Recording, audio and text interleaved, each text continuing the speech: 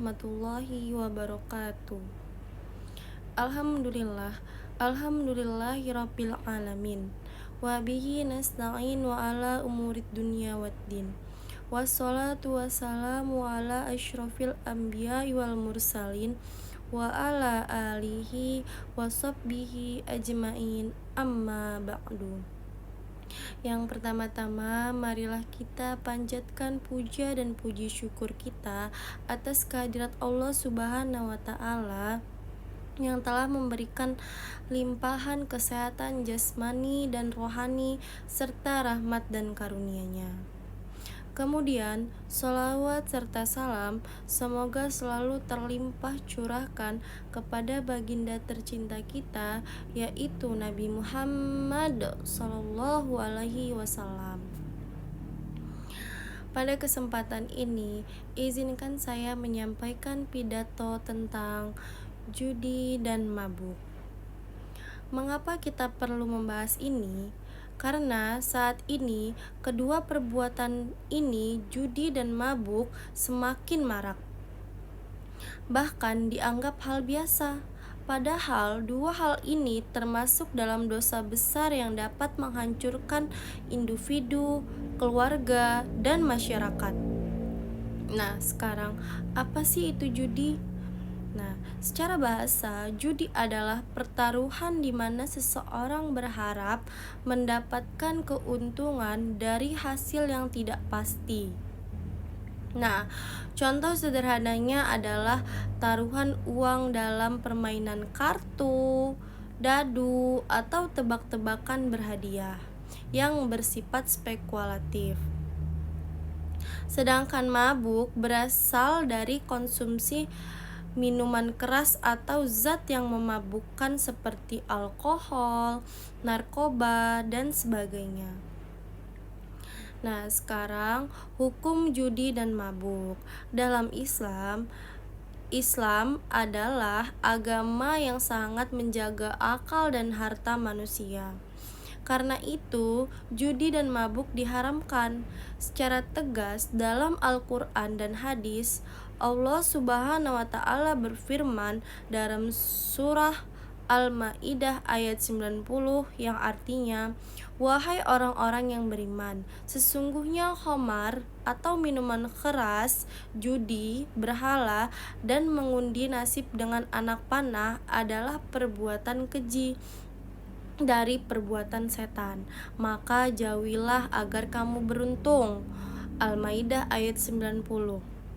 Ayat ini sangat jelas. Minuman keras dan judi adalah perbuatan setan, dan kita diperintahkan untuk menjauhinya, bukan sekadar tidak melakukannya.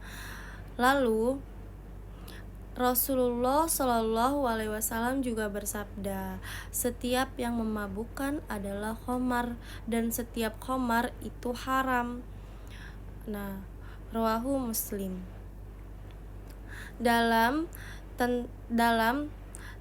Tentang judi, Nabi bersabda, barang siapa bermain dadu, maka seakan-akan dia mencelupkan tangannya ke dalam darah babi. Rawahu Muslim. Hadis ini menunjukkan bahwa bahkan permainan yang terkesan biasa, jika mengandung unsur judi atau taruhan, maka termasuk dosa besar. Nah, sekarang dampak buruk judi dan mabuk. Hadirin yang dimuliakan Allah, mengapa Islam melarang judi dan mabuk? Yaitu karena dampaknya sangat merusak.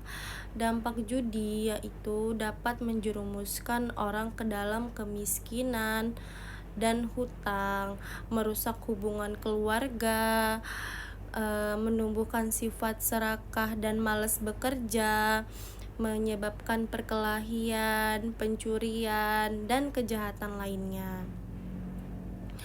Nah, kalau dampak mabuk tidak kalah bahaya, yaitu dapat merusak akal sehat yang merupakan anugerah terbesar manusia, menjadi penyebab kecelakaan, kekerasan, dan pelecehan. menjadikan seseorang jauh dari ibadah, bahkan tidak sadar saat sholat. Karena itu, tidak heran jika keduanya termasuk dosa besar. Bahkan, dalam beberapa pandangan ulama, pelaku mabuk bisa dihukum cambuk dalam hukum Islam. Cara men- eh, Cara menjauhi judi dan mabuk. Saudara-saudara sekalian, Allah tidak hanya melarang tapi juga memberi solusi, yaitu di antara lain dapat menjaga lingkungan, bertemanlah dengan orang yang baik dan menjauhi lingkungan pergaulan bebas. Isi waktu dengan hal positif seperti membaca, berolahraga, berdakwah, dan kegiatan sosial. Nah, mendekatkan diri kepada Allah dan memperbanyak sholat, zikir, membaca Al-Quran, dan menghadiri majelis ilmu. Dan berani menolak ajakan maksiat. Katakan tidak pada teman yang mengajak berjudi atau mabuk. Ingat akhirat dan kematian. Hidup di dunia ini singkat, jangan sia-siakan dengan hal-hal yang menghancurkan.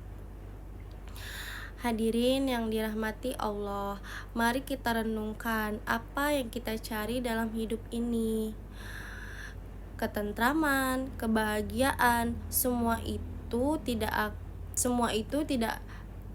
akan kita dapatkan dari judi atau mabuk, tapi justru dari ketaatan kita kepada Allah Subhanahu wa taala.